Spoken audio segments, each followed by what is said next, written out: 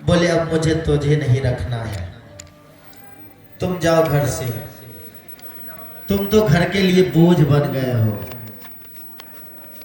तुम घर से जाओ, तुमसे घर वालों को कोई मतलब नहीं है, जाओ ईश्वर का ही भजन करना, जाओ सारे मंदिर मठ हैं इतने इतने बड़े बड़े, जाओ वहां ईश्वर का भजन करना।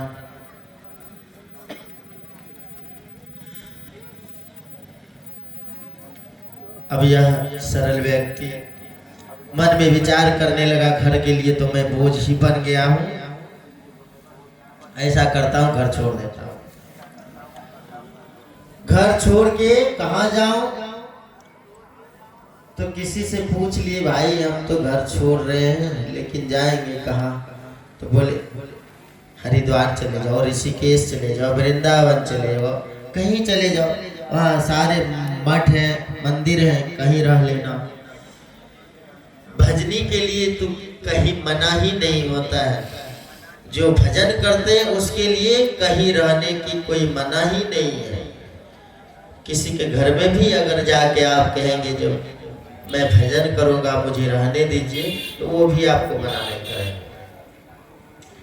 चले गए वहां हरिद्वार, और हरिद्वार में घूमते घूमते घूमते घूमते एक मंदिर में, मंदिर के गेट के बाहर देखे महंत बैठे हैं, और महंत के दो चार चेले अगल बगल खड़े थे, सारे मोटे तगड़े थे।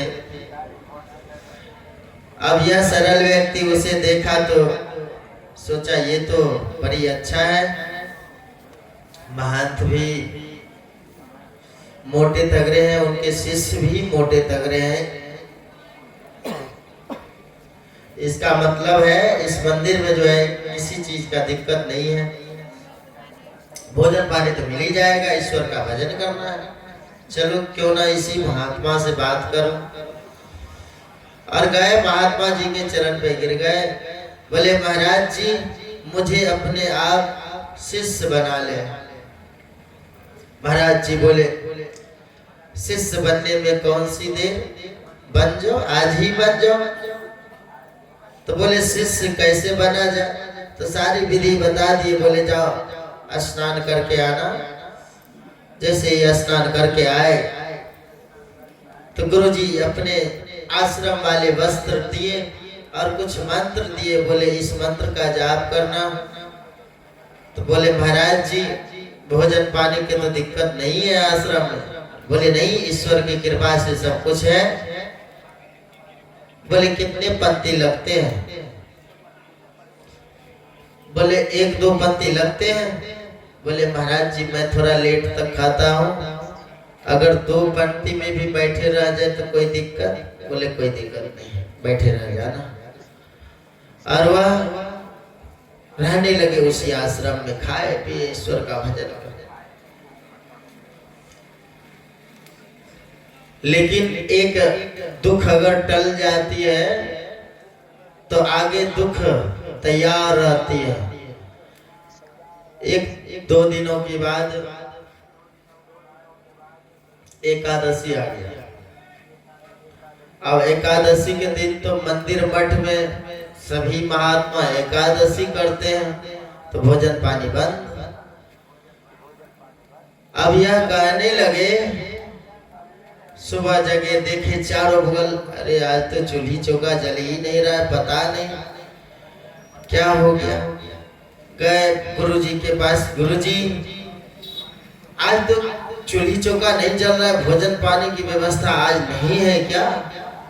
बोले अरे तुम्हें एक बात बताना ही मैं भूल गया था, आज तो एकादशी है, एकादशी के दिन हम लोग भोजन नहीं करते हैं, और तुम भी तो अब मेरे शिष्य बन गए हो, तुम्हें भी अब भोजन नहीं करना चाहिए। आज एकादशी है, एकादशी करो। तो वह व्यक्ति कहता है गुरुजी सब कुछ हमसे करवा लीजिए लेकिन एकादशी नहीं करवाइए, क्योंकि आज अगर मैं एकादशी कर लिया तो कल द्वादशी में देख ही नहीं पाऊंगा। गुरुजी बोले इतने तुम्हें भूख लगते हैं, अच्छा ठीक है जुगाड़ करता हूँ, देखो जी, आश्रम में तो आज नहीं बनेगा, लेकिन तुम अगर अपने से बना लो तो बात बन सकती है।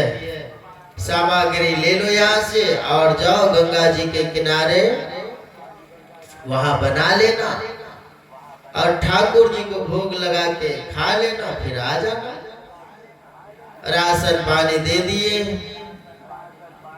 गट्ठर बांधे चले गए गंगा जी के किनारे। गंगा जी के किनारे पे जाके जैसे आया जैसे तैसे बनाए और बना के ठाकुर जी को भोग लगाने लगे। अब भोग कैसे लगावे उसे पता ही नहीं, जो भोग कैसे लगाया जाता है।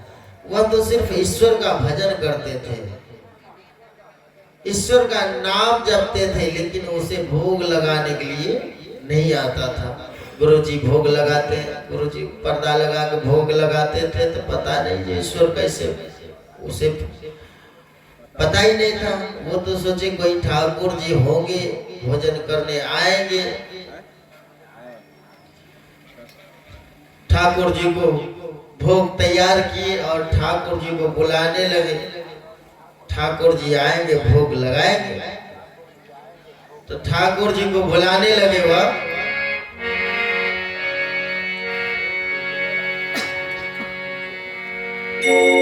रामा रामा रटते रटते